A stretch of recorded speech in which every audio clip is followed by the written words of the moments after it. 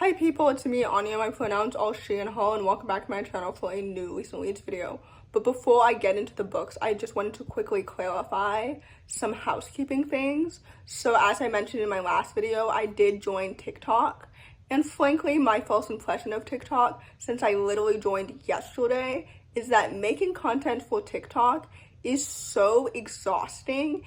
Even though I've only made like 7 TikToks so far, and I said in my last video that I would be posting every single day, but I'm scheduling and pre-filming my content just like I do for YouTube, it's still like so exhausting. And honestly, I don't really know that like by the time that you're watching this video, because I'm also pre-filming this video, whether or not I've truly kept up with this schedule that I gave myself yesterday of posting every single day. But anyway, I'm enjoying TikTok so far, especially with how many people have already viewed and engaged with my content. I'm honestly quite surprised by that feedback. But like I said, it's so exhausting to create this content.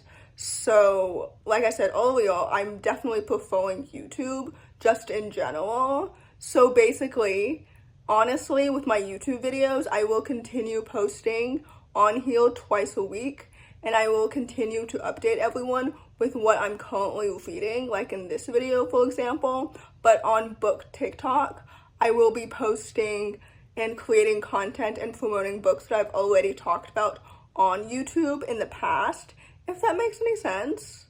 But anyway, if you're here from TikTok, welcome. So anyway, without any further ado, September has been a good reading month so far, in terms of quantity at least. So anyway, I've read 15 books so far, and today I believe is the 9th of September. So that's exciting. But anyway, the first book on this list is called The Last Resort, which is such a clever title. Anyway, this story is a middle grade. It's a middle grade, guys. That's what I just said. Anyway, you can tell I'm so exhausted from making TikToks. Anyway, let me start over. This story is a middle-grade paranormal contemporary following a young main character who discovers that she can see ghosts, particularly the ghost of her grandfather who recently passed away. I think this story was so good and it was so well done. And I loved the world building and the plot and the characters and the family dynamic and the paranormal elements. I don't typically love ghost stories, especially in a supernatural, fantastical setting, but I thought this book was so well done and so good. I love that her ghostly talent was also like a family trait. I think that that element was so well done because it explained like where it came from and everything. This book is so atmospheric and it's so good. So anyway, with that said, I rated this book 4 out of 5 stars, and I would definitely highly recommend it. The next book on this list is called Roar of the Lambs. This story is a YA horror contemporary and follows 2 black queer main characters who must team up to stop an apocalyptic prophecy. I had really low expectations for this book, honestly, but it sucked me in immediately by the characters and their dynamic and their first impressions of each other. I was like, this makes so much sense. I can already see their chemistry too. Like, the romance is so cute and it's so well done. The 2 characters individually are both so well developed and so distinct. And I also appreciated how normalized the queer representation was. Like, it's so good and so well done. Anyway, did I even say why I had low expectations for this book? I had low expectations for this book because I DNF'd the author's debut a few years ago, and typically when that happens, I don't usually pick up their second book, but I'm so excited that I did because this book was so good. It's so thrilling and exciting and like well done, and I loved the mystery and the plot and the world building and the characters and everything. So anyway, with that said, I rated this book 4 out of 5 stars, and I would definitely highly recommend it. The next book on this list is called The House at the Edge of Magic. This story is a middle-grade fantasy, and it follows a young orphan pickpocketer who accidentally stumbles into a curse of a house that she must break. And I think this story was so good. And frankly, to be honest with you, I read this book right after reading Nancy. Is that how you pronounce it? I don't know. Anyway, that book, as you know from my last video, was so ambiguous and so confusing and so abstract that I just wanted to read a fun, whimsical, magical middle grade. And that's what I did. This book was so fun and so whimsical, and I'm so excited to read the rest of the series because I think there are 3 sequels. I think this book is either the start of a trilogy or the start of a quartet. But anyway, I loved the world building. It was so dazzling and so atmospheric and so magical and so well done. I loved the characters and the found family and the plot and everything about it. I love reading stories about characters who are underdogs, who don't have a place to belong, who like find a family. This book was excellent. I think that all of those elements were so relatable to my younger self, and sometimes now also to myself now. But anyway, in conclusion, this book was so good and so awesome. So with that said, I rated this book 4 out of 5 stars, and I would definitely highly recommend it. The next book on this list is called Wish You Were Her. This story is an adult contemporary following 2 autistic main characters, one of which is a celebrity, and she's seeking to escape from the scrutiny and fame from her career, so she goes to a small town to live with like her estranged father, and then she discovers that her father owns a bookshop, and basically one of the booksellers there is the other main character, and he feels kind of trapped in this small town because nobody really understands him. Anyway, I don't know if any of that made any sense, but this book was so good.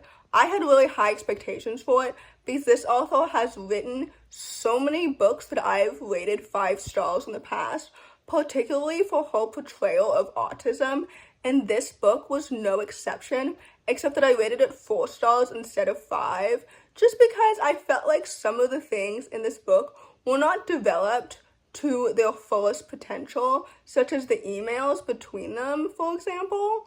I guess that's a spoiler. Anyway, I thought this book was so good. The characters were both individually developed and distinct, and the romance made so much sense, and it was so cute. And I loved the autism representation, especially when it comes to like high masking autistic people, which I'm one of those people, I think. I don't know. There's so much like new information that I'm discovering every day about my own autism and how it disables me and everything. But anyway, I digress. I thought this book was so good and so well done. The romance is adorable. The disability representation is spot on and excellent. The characters themselves are so well developed and so distinct. I loved their friendships and everything. Like, this book is excellent, and this also deserves all of its hype and so much more. And also, in case you're wondering, this book is set in the same small town as Some Like It Cold, and I believe it's set like 5 years afterwards, but I'm not completely sure on that. Anyway, I rated this book 4 out of 5 stars, and I would definitely highly recommend it. The last book on this list, and definitely not the least, is called Silenced Voices. This story is a YA historical fiction contemporary graphic novel, and basically it follows 2 brothers in modern day who are living in the United States, and then it's a generational story. So the alternative timeline follows their mother and their aunt in 1982 in Guatemala, and this story depicts the Guatemalan Genocide, which is a piece of history that truly I knew next to nothing about prior to reading this story. And I think this book is so good. First of all, the illustrations were excellent and so vivid and so well done. Second of all, I love generational stories, and this book really talks about like the impact that it had on previous generations and the future, and the ways in which like your mother has an impact on you, and like with the information that she's withholding from you from her culture, and how that like plays a part into your identity and learning about your history and everything, especially when your mother went through such a traumatic time. I don't know if any of that made any sense, but this book was so good, and it really spoke to me as someone who's half Vietnamese, and I know that my family has been through so many tragedies concerning the Vietnam War and everything. But anyway, I thought this book was so good, and I loved the history and how educational it was and how emotional it was, because I was so emotionally invested in the characters, both from modern day and from 1982. Like, everything about this book was so well done and so excellent, and I loved how the two timelines like were intertwined together. This book is excellent and it's underrated, and it deserves so much more hype, and it really like humanized the characters. And this book also reminded me of the current genocide that's been happening lately in Gaza, and especially how like the government treats them and how the media treats them, and how like we should really be humanizing the Gazan people. But anyway, all that to say, this book is excellent and it's fantastic. And with that said, I rated this book 4 out of 5 stars, and I would definitely highly recommend it. So in conclusion, making TikToks is so exhausting, so debilitating, and honestly, I can anticipate myself getting burnt out from TikTok really quickly, even though right now only 2 of the TikToks that I have made are public, and I've made 8 so far, or maybe 7. I'm not quite sure. Although I am super grateful for all the attention that my posts have gotten so far. That's been really exciting. But I'm not quite sure if I'm still in like the honeymoon phase or something, since I am technically a new creator. But anyway, all that to say, all of this ties back to my YouTube channel, because part of the reason as to why I joined TikTok to begin with is because I wanted to gain like new subscribers for YouTube. You know what I mean? I don't know how that specifically is going to pan out, but anyway, I just wanted to find like a new audience for all of my book recommendations and slowly but surely guide them back to my YouTube channel. But I don't know how successful that's going to be or how exactly I am going to even do that.